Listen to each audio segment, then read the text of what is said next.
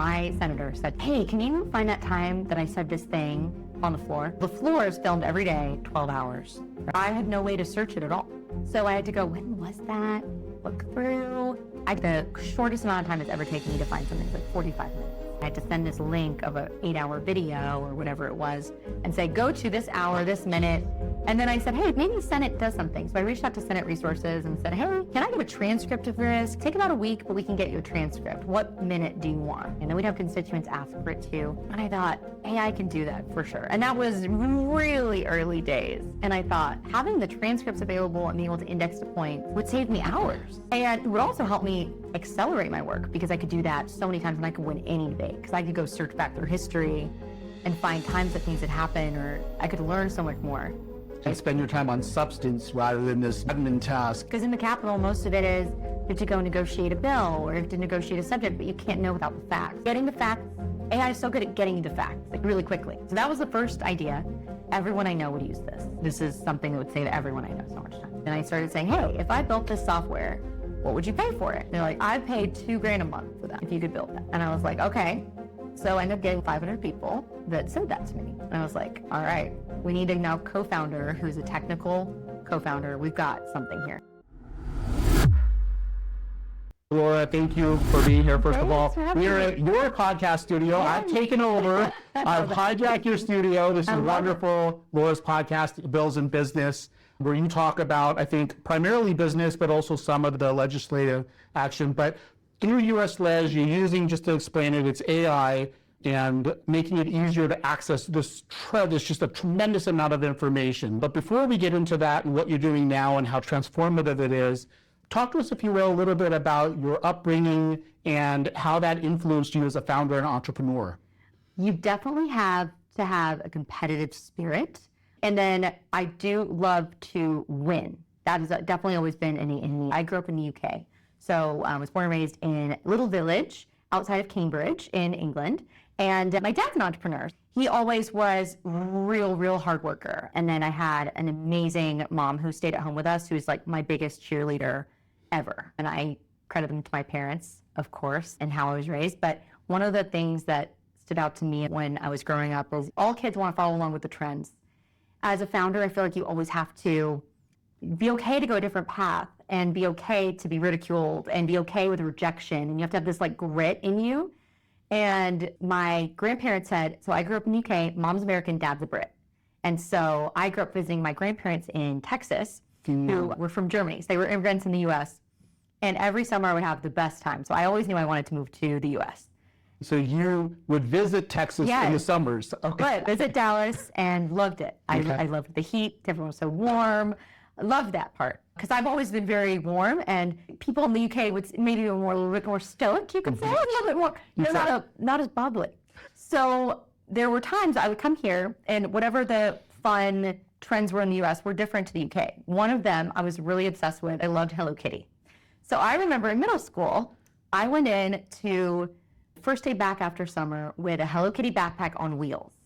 And I go, we were in this backpack and I got so made fun of. I don't know if you can curse on this show. This is middle school in England. They're like, where do you think you're going on holiday? Like, where are you going? And they were making fun of me so hard. And go home and told my mom, I said, they made fun of me. And she said, do you think it's cool?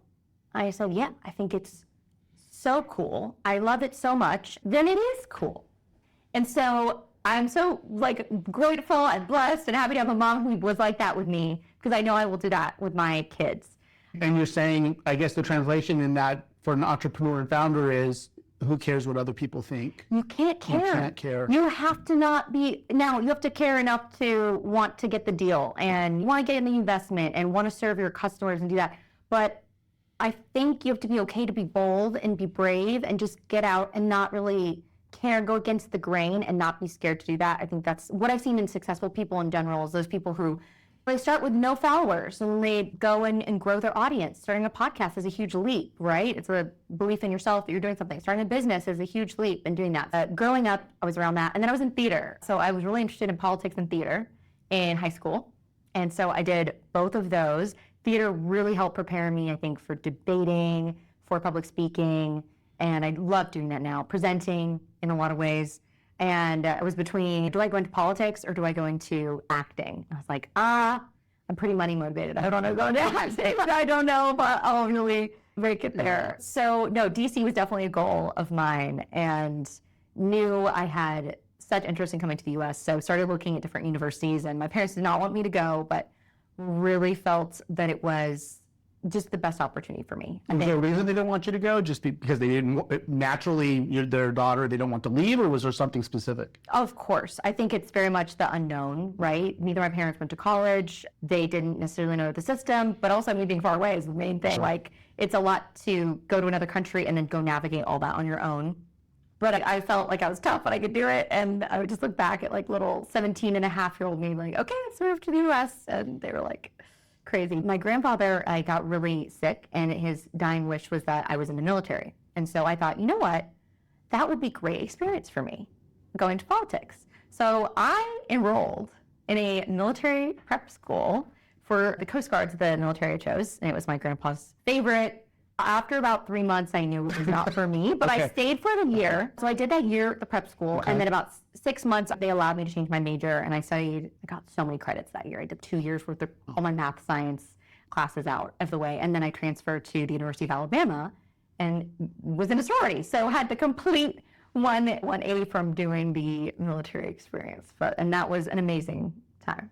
So that's interesting, because I've met hundreds and hundreds of business people. I'm a veteran. I was in the military, but I have met very few entrepreneurs and founders who had any inkling to do anything military-wise. Yeah. It's not prevalent. And then how did that, when you went to college, was it business or what did you study? Political science. Political science. Because you knew you wanted to go into politics stuff. Yes. Okay. And I totally agree with you. Most people don't go into military. There's a lot of structure. There's a lot of different mindset. Okay, so fast forward a little bit. So then you graduate, and then where does working in the U.S. House and Senate come in? Yeah. So I definitely was a hustler through college. So joined a sorority, did all the extracurricular things, loved it. But then I got involved in anytime there was a speaker who was a congressman or senator who came to the campus, I would go and meet with them and try and introduce myself. So then I started working on political campaigns to get my foot in the door. And the U.S. Senator of Alabama at the time was former U.S. Senator Sessions, ended up being the AG. And so I remember meeting him a few different times, and then I said, oh, I want to come intern in DC. Do you have an internship available this summer? And he said, I think I do. You need to talk to my chief of staff. So I went and lobbied with chief of staff and was like, I really want to come intern with you this summer. Didn't hear anything back for like a couple of months. And I thought, I really want to get this internship. So I called up one of my references, who is a former congressman from DC, who I met at a speaking engagement. And I said, hey, I really want this internship. Is there any chance you could be just a referral for me? 10 minutes later, after I sent that email, I get a call from DC saying, you got the internship. You're going to be here. Not a coincidence. This summer. I was like, I was shaking up. It was crazy. And then the other part, I ended up getting an internship at the RNC that summer, which was crazy experience. And then the governor of Alabama's office. So I had 3 internships that summer, and I just got the bug. I was so excited. I learned from all different sides of things. They were all really unique, state, federal, and then the RNC. That was interesting. And yeah, it got me the bug for sure, and wanted to go to DC. What surprised you the most about when you started working in government? Was there something that hit you? Because you're on an efficiency fix right now, right? If you will. Yes. But was there anything that struck you as, wow, I didn't think it was this way? I didn't realize how important those relationships and connections were until I really started in government. And I love that, because I love people. I love to help people. I'm a real connector, and I love helping in any way I can help see others succeed that are they're good people, right? So I realized that was a really good skill in DC and just now in politics and in life. You meet people and you never know where they're going to end up. And so many people that maybe I met at a happy hour in DC are now partners of mine testifying on my company's behalf. I think that's one of the craziest things, that it's very run by relationships, but also, a lot of inefficiencies. When I got my first full-time job on Capitol Hill, it was regarding constituent correspondence. So I was the legislative correspondent and for the congressman. And so that meant all of the millions and millions of letters that he would get, we had to reply to. Now, a lot of members want you to reply to every single one. This is way before AI, way before any automation. Even sorting them into folders was tricky. And that's not my specialty, really. Writing those letters, because it was so much. So there were some systems at the time, but nothing compared to, I'm sure, what we have now for that type of purpose. So it was definitely a lot of inefficiencies, but also it was really fun, really interesting people. The one thing I will say for anyone who studied poli-sci and is excited to go into government, a lot of people have a lot of political opinions in college, and that's the one thing you're not able to share. So when you're working for anyone in government, if you're, you know this from the military, I'm sure. Yeah, you can keep your mouth shut. It doesn't matter. It's not applicable. Right. Yeah. So with state agencies, you have to be completely neutral. Federal agencies, neutral. And when you're on the Hill, you represent that member that you work with. So even if you don't agree with the letter you're writing, you have to be able to write it. And if you don't agree with the person who's coming to lobby you, you have to be okay. And that actually helped me become more neutral on issues because I saw every single side of a subject. And I didn't know my opinion on things at some point. There were some times that I would say, wow, this healthcare stuff, I don't know the answer. I've heard from so many different sides that I can't even give a hard stance because I now know what I don't know. It's interesting how that can change your perspective because you think you have this hard line and then you start hearing the other side and it's, oh, wait a minute, maybe it's not as black and white as I thought. Yeah, nothing is. Everything's so nuanced, and that was really fun to see. And then, of course, people testifying. And that's something I love. We're very involved in now with our company, and what we share for transparency is you've got thousands and thousands of government meetings from the local to the federal level happening simultaneously. And yes, we can know what happened in a bill through alerting, but there's no one doing live government monitoring. And so that's what we do and fill the gap in alerting you what people are saying about subject matter and things like that. So I want to get into that here in a second. But going back to how it works behind the scenes, most people believe policymaking is this highly organized process. Is it really, or is it really chaotic, like the other end of the spectrum? It's really chaotic, absolutely. There's a lot of deals, negotiation, things like that going on behind the scenes. Yeah. The legislators have a lot of opinions, but they're so spread thin, right? There's events, there's dinners, there's business meetings, there's interest groups, constituents. There's so much that people have to do. It's pretty chaotic. It's very fun, though. And then you also have protesters who come in. It is never a dull day in Congress or in any state capital because there's so many different groups that come in, and it's really fun to learn about the world, really. You get people from all over the world. They come in. At the beginning, you have a plan. The congressman or senator comes in with a plan, and then who knows what's going to end up happening. Anything can derail just with one scandal that happened, and then you have a new person that has to come in, or you have anything can really happen, but it's fun. So it's very fluid, very chaotic, but somehow things get done, right? Bills get passed or introduced and passed. How have people tracked what's going on? Because there's so many bills introduced, I don't know how many thousand in Texas alone, for example. How did they track it before? We really do. We're in all 50 states and local government and federal, but we have a real focus on state governments because those are the ones that are the most disparate and hard to find bits of information, but it's probably the most active legislative process going on. Like everybody knows the headlines in DC, and there's a lot of standstills and there's a lot of blocks. State government, things are getting passed all the time, and same with the local government. So before AI and before our company offering solutions, states have individual websites. So think each state's like its own country that runs things completely differently, has a completely different interface, and then will file bills through the government. The government has to create a system. So you're thinking right away, there's a software that the government has to create. Typically... Bad news already, right? There's funding problems, like they don't have a product person. They're now running a software company, and like, okay, you need someone in product, you need someone as a CTO, you need then developers to develop this and make sure nothing breaks. Then you need someone to guide the vision of the company and talk to customers and users of how to even the flow would work. They don't have that in the States, right? The data is disparate. There are some competitors out there that have just done keyword searches. So essentially, you can't search all 50 states. That's what we built, a system that you can search all 50 state bill data. But you could in the past or currently go to one of our competitors and type in a keyword of a bill. The big problem there is lobbyists don't want to put the keyword that's going to flag for you in that bill.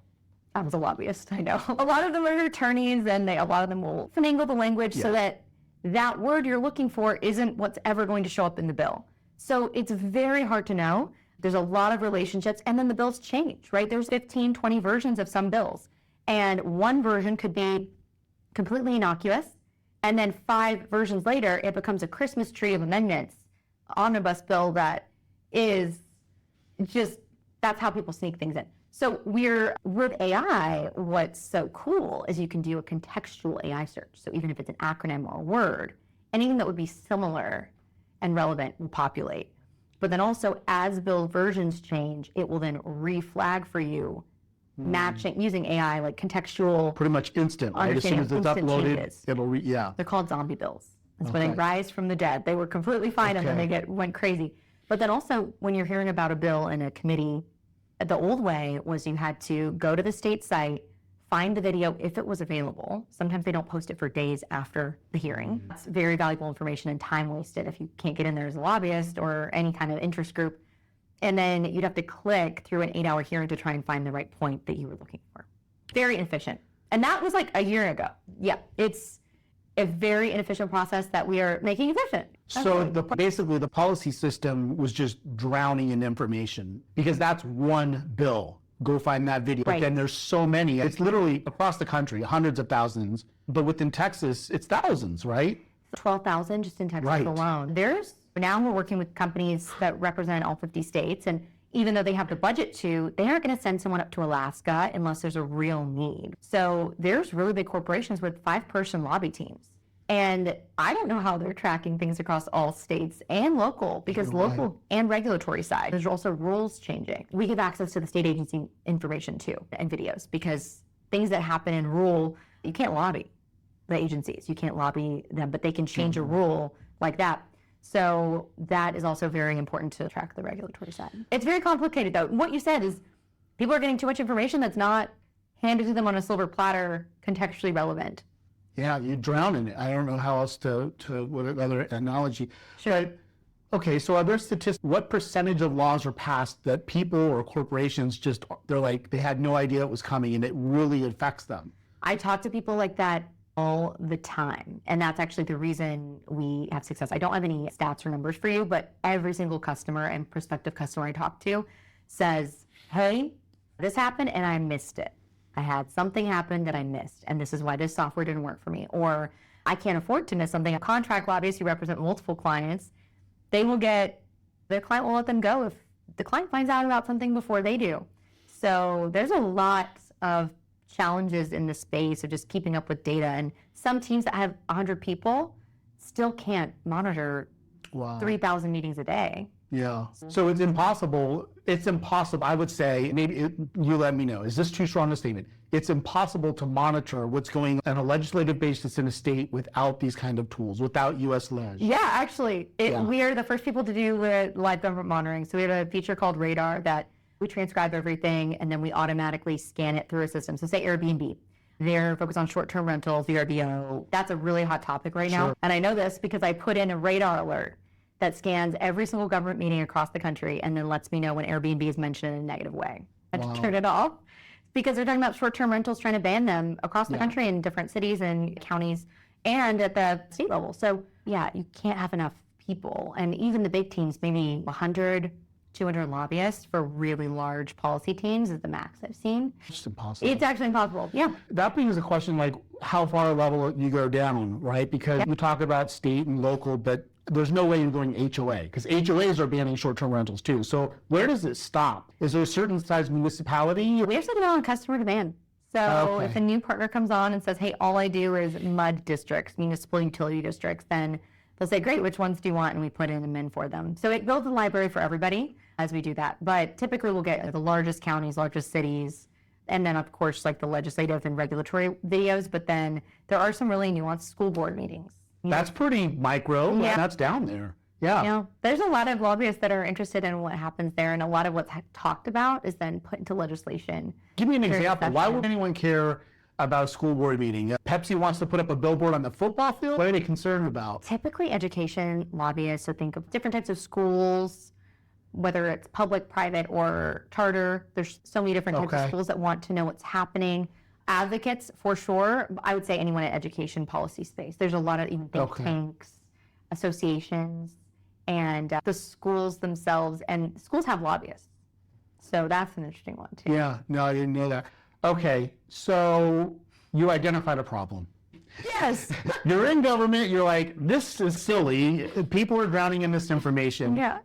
You go from inside government worker to where you're outside now solving this problem. But talk to us about the entrepreneurial spark. How did you come up with this idea to where, not to where you saw a problem, but to where you're like, I'm going to fix it. I'm going to create a company. Started after a glass of wine. I was like, you know what? Sparked one of my brilliant ideas. And then to Eric, who you're about to speak with as well, my co-founder and husband as well. We weren't even married at the time. We were engaged. And through this legislative session, I was frustrated that we're engaged. We wanted to start wedding planning. I couldn't. I was getting home at midnight. And I said, I just took hours to do things that should have taken me really minutes. And I now know I can probably do that with AI in the future. What year is this? 2023. Okay. So January 2023. Chat can come out. Yeah. LLMs just began. Yeah. And so I started playing around with ChatGPT, and it wasn't good. No. It didn't understand a bill language at all. Oh, wow. Because it has to know the underline and strike through, what that means, and it changes the bill. So it was seeing it as a whole. So like a 13-page bill that had a lot of modifications, and I had no way to search it at all. So I had to go, when was that? Look through. And then I couldn't do anything with it. I had to send this link of an 8-hour video or whatever it was and say, go to this hour, this minute. And then I said, hey, maybe Senate does something. So I reached out to Senate Resources and said, hey, can I give a transcript of this? And I was like, can you just manually transcribe this piece? Well, that's frustrating. And then we'd have constituents ask for it too. And I thought, AI can do that. Like, AI can do that for sure. And that was really early days. And I thought, having the transcripts available and being able to index to points would save me hours. And it would also help me accelerate my work because I could do that so many times and I could win any debate because I could go search back through history and find times that things had happened, or I could learn so much more. And then strategy and then relationships, because in the Capitol, most of it is you have to go negotiate a bill or you have to negotiate a subject, but you can't know without the facts. So getting the facts, AI is so good at getting you the facts. It gets you the information you need really quickly. And that's what I love about it. So that was the first idea. And I said that to Eric, and I said, hey, everyone I know would use this. This is something that would save everyone I know so much time. And he said, it's a really good idea, actually. And I was like, I know. But he was like, but you know how hard it was to start a startup? I was like, it would be great. And he's like, no, seriously. And then he would tell me all his war stories. His background, startups and scrappy startups from the beginning. And so even though I'd heard these stories, I was like, oh, it won't be like that. And to be fair, this is definitely going better than any of those companies that he had worked for before, which is great. But it's still a slog and it's so much work. Early days, I started forwarding the idea to a lot of lobbyists, and I meet with 10 lobbyists a day. So I had a Rolodex of lobbyists at the end of session to just catch up with and meet with. And I started saying, hey, if I built this software, what would you pay for it? They're like, I'd pay $2,000 a month for that if you could build that. And I was like, okay. So I ended up getting 500 people that said that to me. And I was like, all right, we need a now co-founder who's a technical co-founder. We've got something here. So we acquired a really small newsletter that was a nonpartisan political newsletter. And that's how we started. So we could then blast out, hey, book a demo here. And we would talk to them about the vision. And then if they were in on the vision and were interested, which most really were, anyone who reached out seemed really receptive, then we said, great, we have a product role. And then it really went from there. So talk to us about the timeline of that. So you're in government for a couple of years, I take it, right? It was a period. You identify this problem, and then you have your wine with your husband. He's like, you crazy, I know startups. And you're like, I don't care, I'm doing it. You form essentially a focus group, and you obtain a mailing list, this newsletter, and you start reaching out to people, and you're gaining traction. From the identifying of the problem to getting that newsletter and starting to really build it, what was the timeline of that? How many, was that months? Was that years? It was about a couple months. We really went all in, and then brought on our co-founder in October. We did launch a product MVP before actually an engineer even came on. So we did end up, we first launched that. It was like $50 a month for the data and the newsletter, and we were so excited. Grew out $1,000 in annual recurring revenue, and we were like, this is it, we did it. But yeah, brought on a co-founder who is the best. His name's Ben Brewer. He is our CTO, and yeah, we met him on the Y Combinator co-founder matching program. Really? That's wonderful. Yeah. Wow. Yeah, did a lot of interviews, but he was just the best. And we're best friends for life now. Wow. Yeah, I jokingly say yes because I believe this company is a unicorn. I believe you're something huge. And I think in the short time you shared with me earlier, you started in Texas, correct? Yes. Now you're on all 50 states. And I had asked you, and silly corporate lawyer, but I'm like, are you going to go to other countries? And then when you step back and think about it, the U.S. alone is such a huge market.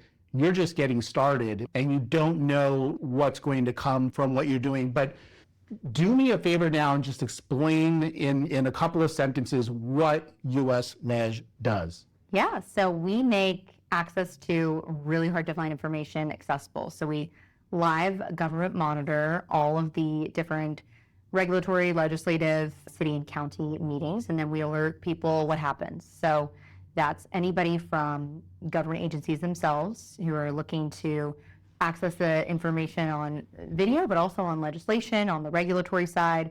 There's a lot of team management and delegation that's involved. So state agencies are a big group, legislators themselves around the country. Some of them don't have as big a staff as New York, Texas, and California. So they need a system like this to even know what to vote on because they don't have every single bill up in front of them when they're getting the bills come at them very quickly. We also serve lobbyists and interest groups. Anybody who has some kind of association, lobby firms, law firms have government relations arms. So there's a pretty broad base, as well as news organizations. That's a new one that we're helping people even break news, because news isn't in every single government meeting, but we can be for them. And then they are able to find out that information faster than any headline, and they can break that news. So that's been a really cool use case. And this is on a subscription basis, like a month-to-month subscription? Is that how it works? It's a software as a service. We do 2-year contracts in Texas. 2-year contracts? Yeah, subscription. So when you talk about lobbying, obviously is huge and has such an impact, and you're ultimately leveling the playing field. And I would say you're fundamentally changing how lobbying works, because you are giving these smaller players who can do a 2-year contract the same level playing field as a huge firm. I would say that has a huge impact on what's going to happen. Where do you see that taking policy in the future? How does that go down the road? That is so astute of you, not being in this industry, to mention, because that's absolutely accurate. It allows access to a nonprofit, for instance, that doesn't have much funding, but to lobby or try to lobby, gets them the same information that maybe a large lobby firm would be. So we're constantly developing the software. Where I really see it going is it's going to fundamentally change lobbying, absolutely. And that's going to be relationship focused.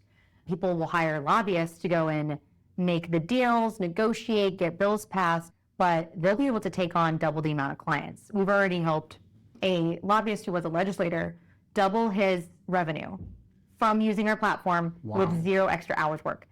That was crazy. But one of the big pieces with that is he didn't have to go manually do all this work. He didn't have to hire someone to do research poorly. Like, I did research at one point. It is not my skill set. It is not something I'm good at. And it took me so long. And my skills could have been better used in other ways. So where I do see, just like AI is automating a lot of work, this industry is not going to be as affected in that the government affairs, public affairs, lobbying world, I do not see being disrupted. I think that's going to grow, actually. But what I do see being disrupted is anybody in a research-only role, as we've seen with law firms, as we're seeing with marketing agencies and all these different industries. Consulting groups. Consultants. There are certain work that isn't human is going to be automated. So doing things where you have good, just social understanding and sales ability, can market yourself.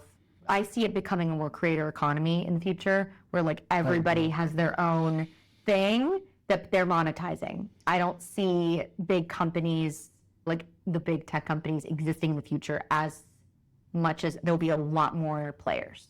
That's a prediction, but I do see with this space, it is completely changing, and in a good way. Like, I would enjoy lobbying a lot more now with the tools that now exist versus what I had to do that was not fun, part of my job. Interesting. Do you think that policymaking government has become too complex, that we can't understand it now without AI? Actually, what Dark side of it. Absolutely. There's some states that are saying, they're advocating for, let's put a limit on the amount of time this law can exist. Because there's laws from 200 years ago Sunset provisions. that are like, this is terrible. Yeah. Could AI predict policy before it happens? Yes, absolutely. So predictive analytics are really interesting to me because no one's really done this in aggregate of the entire United States, seeing which way policy is shifting based on changes over time. Like, no matter what, when companies lobby, they move the needle a little bit. Even if they don't pass a bill, their goal is to move the needle. An example could be gambling, right? Even if they don't pass it fully, they want to move the needle a little bit. And they have been doing that in Texas, right? What I see is being able to predict what changes would need to happen in order for XYZ to pass. And you'd be able to ask AI in layman's terms that. You could then find your advocates, find your allies, find your detractors. And then politics is going to get crazy because I'm just thinking about that strategically now. And then someone in a campaign firm could go say, okay, we need to outseat these people so that this law can get passed. And that's what politics is now. It's what people are doing, but it takes a lot of research to do that. I do see that the good part is it's just going to be radically more transparent and anybody will have access to that information now because it's publicly available data. Yeah, it's becoming more accessible. It's Yeah. leveling the playing field. So one last question, and then I'll get to speak with your husband, your co-founder. Going back to the founder perspective, you wanted to go into government. I didn't hear from your upbringing, you didn't want to be an entrepreneur, although you grew up in an entrepreneurial household. What would you say to that person out there who's in an industry and sees a huge problem that they think they can solve, but maybe they're trepidatious? What would you say to them? I find out why are they trepidatious first? Are they scared of their idea, whatever that may be? I would say go for it. Like anytime you think you have an idea, what's the worst that can happen? And I definitely did think I would be an entrepreneur. I thought I would be a lobbyist. So that was my goal in politics. I didn't want to be in politics. I didn't want to run for office. I wanted to focus on things I cared about and wanted to advocate for. So I thought my entrepreneurial journey would be starting a lobby firm. That's really where I thought I was going to go with it. And I knew I needed to know how the sausage was made first. So I do recommend anybody go into an industry that they know so they can learn from it on what the problems are. What I find interesting is when I work with my co-founders who haven't been in the political sphere, it's actually really helpful for me to bounce ideas off of because I may have a very complicated, really lengthy workflow that Ben, our CTO, will be like, oh, that's super easy. Have you thought about doing it with one click like this? And I was like, never, that's amazing. So I do think there's room for everything, but anyone who's looking to be an entrepreneur, go for it. And just, go into the industry, really learn about it from the people in it, and then go make some amazing creations. Love it. Laura Davis, thank you for that. I look forward to speaking with Eric. Yes, the other side of things. You can ask all the crazy stories. The business side, I guess. Yeah. So thank you. Eric, I think, can tell you a little bit more about the very early stages that I didn't talk about. No, absolutely. Thank you for this. Thank you. I'm here with Eric, Laura's husband. Eric is a serial entrepreneur, spent almost a decade in Silicon Valley, had $100 million plus acquisitions. Talk to us a little bit about your upbringing or your early years and what gave you that gumption to go into startup land. I wish it was more of a everything led me to this moment type of thing. It wasn't. I feel like I was a dumb kid who did dumb things just like everybody else. So growing up, it was upper middle class. My parents were great. It was in Sudbury, Massachusetts. And then always had, I would say, if anything, I had a little bit of a wanderlust, right? I wanted to check out the world and really see it. So I went to University of Vermont, did that thing. I was never really a school guy. I did okay in school, don't get me wrong. Now looking back, I'm like, the idea of paying a ridiculous amount of money to go work really hard just didn't make sense to me. And even now, theoretically, grad school would be a missed opportunity for myself at this point because we work really hard here and we get paid to do it rather than have to pay to do it. So it's good when that math works out. It does, the effort math for sure. But I'm not anti-education. If it's something that's important for anybody, then it's absolutely something that they should do. But really, my formative years, the things that got me into the startup game was my time in Silicon Valley. I'll share a story that I've never shared before, but I went in literally wanderlust. My brother was living in San Francisco and I'm like, hey, you got a couch I could stay on. So I've always had a little bit of sales experience. So I got hooked up with a recruiter, staying on my brother's couch for a little bit in Silicon Valley, San Francisco. and I got hooked up with this job. I was there for about 3 months, and it was just like an SDR role, so that you just dial for dollars, right? And that's where I learned That's tough. grit, right? The number one thing that you need to have in the startup game is the ability to pain tolerance, right? And you're sitting there making 80, 100 calls a day. I decided that that probably wasn't the role for me. My roommate, who also is my best friend, connected me with the CEO of this company, and there's literally 2 people, and I was 23 years old, and then I ended up connecting with him, and he said, hey, we need somebody who can just run through walls, and I'm like, I could try, I'll do it, or I'll die trying. Did it, and then that was, What was the role? so the role was sales, right? Okay, So account executive. So Right? if you've done SDR, and for those who don't know, SDR is cold calling, you're doing 80 to 100 calls, maybe you're getting a 2 to 3% success rate. It depends on what you consider success. Yeah, but like 98% of these people are yelling at you on the phone or just hanging up. So I've been cursed at more than the average person, for sure. Okay, so then you go into a sales position. To go into a real sales Sure. position for sure was full cycle sales in an industry I knew nothing about. It was in the automotive industry. But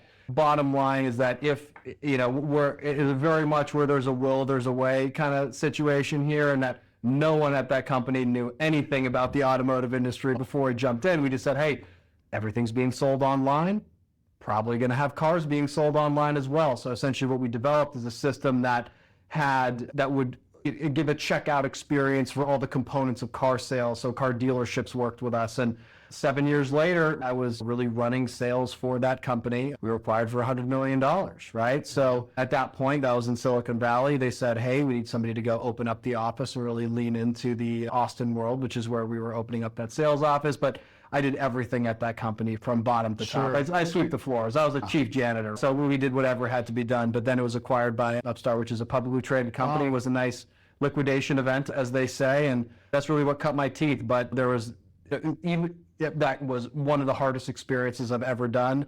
But I don't think there was ever a moment when I actually thought about quitting, though. Yeah, no, like you said, you have to have that grit. And it's amazing. There are very few areas in the world or in life where you can just learn so much about so much in such a short period of time. In any startup, you are wearing so many hats. And if you're not wearing that hat, you're next to the guy who's wearing that hat and you're picking stuff up. And so Absolutely. that carries with you into your next ventures. And so from that exit, and you're here in Texas already, right?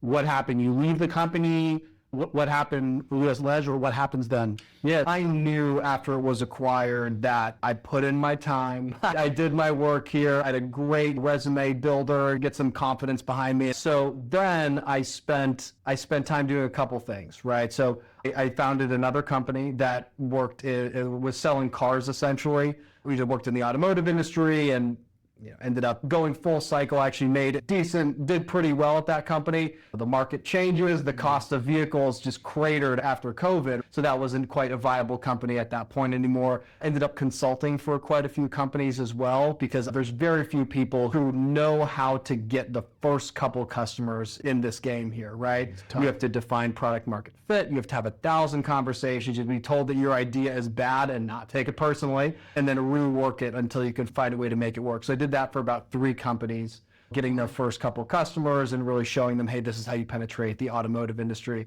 And then I was at one of these companies with the former founder of another company that I was at, and then Laura just brought up like, hey, there's this problem that is just so obvious that no one is solving right now. I guarantee you, if you build it, they will come. Was this an ongoing conversation, or was it like one night you guys had this talk? It was one night. Really? One night we were actually we were going to bed, and I think Laura maybe had a couple glasses of wine or something like this, and she's like, ChatGPT is so good. Like, why?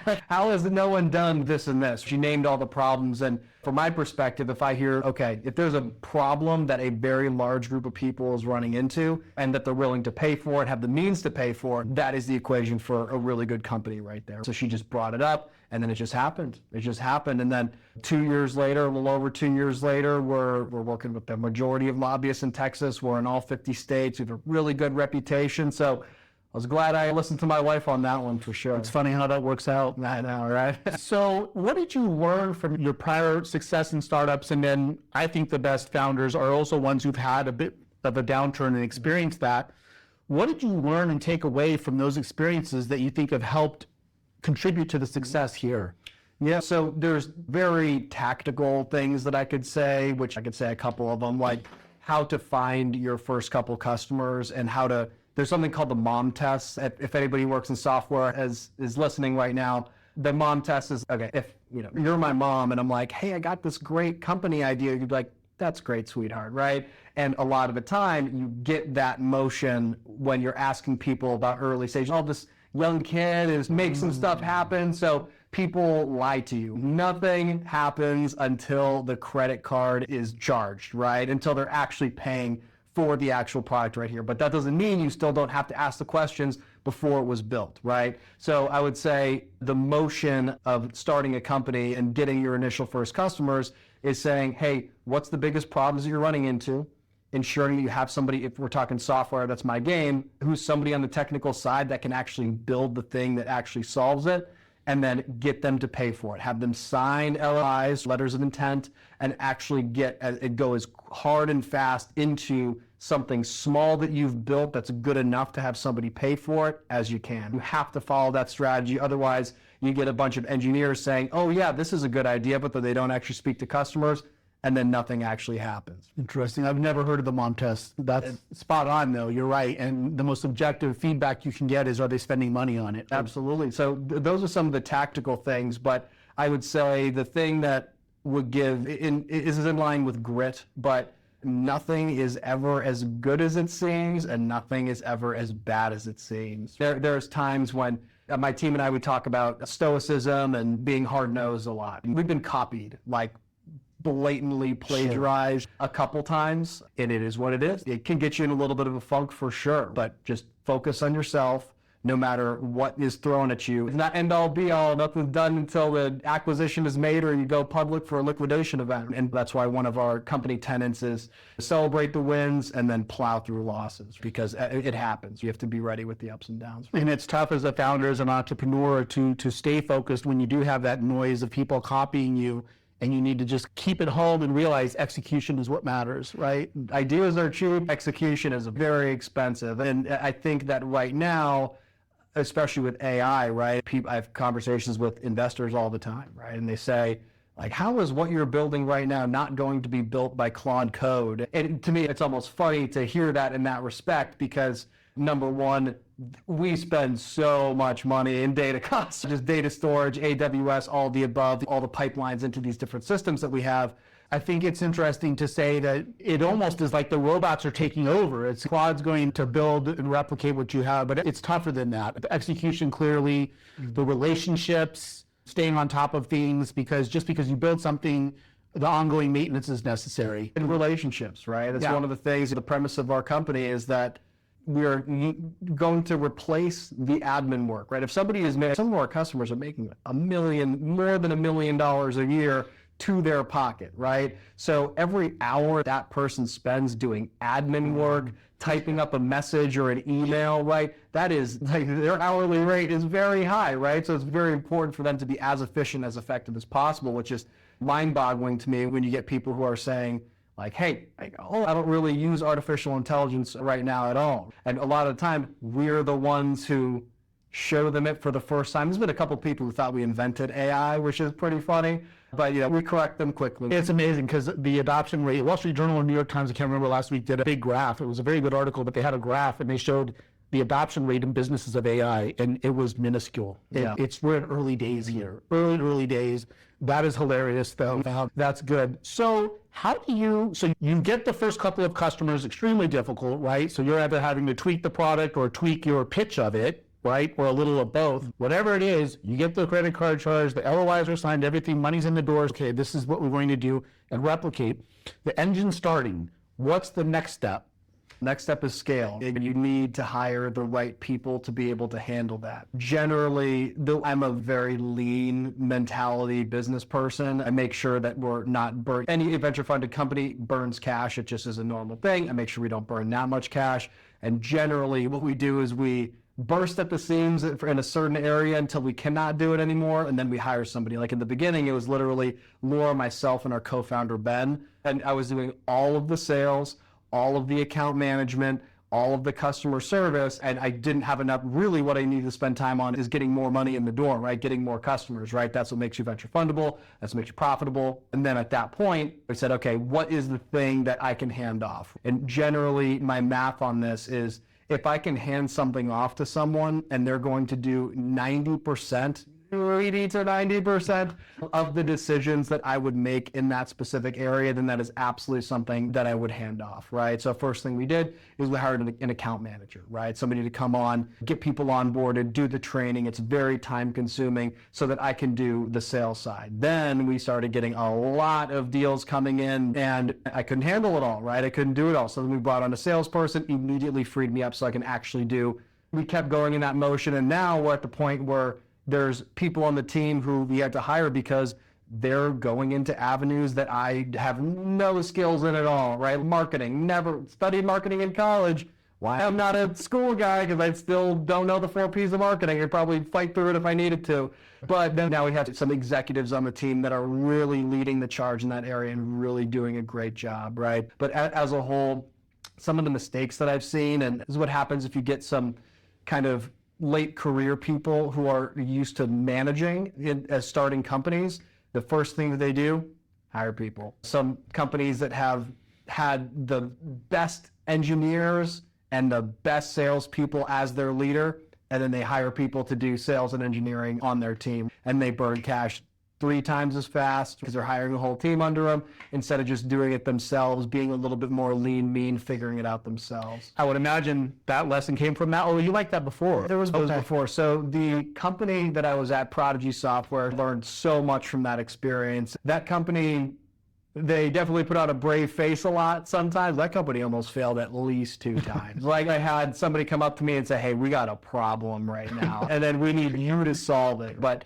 it's one of those things where, you know, I know $1 million it's a lot of money. It's really not that. It goes, especially when you have 5 mouths to feed, like in that. And I've heard horror stories of founders thinking they're burning like $200,000 a month, and then accidentally figuring out that they're burning like $500,000 a month. And that it's nothing that craters a company faster than not knowing where your financials are in the right way. So making sure that you actually know, you not only your model is written in the way that's consistent with, hey, we're burning X amount of cash, but looking at the bank account and making sure that your plan, no plan survives first contact with the enemy, right? So making sure the reality is consistent in that respect.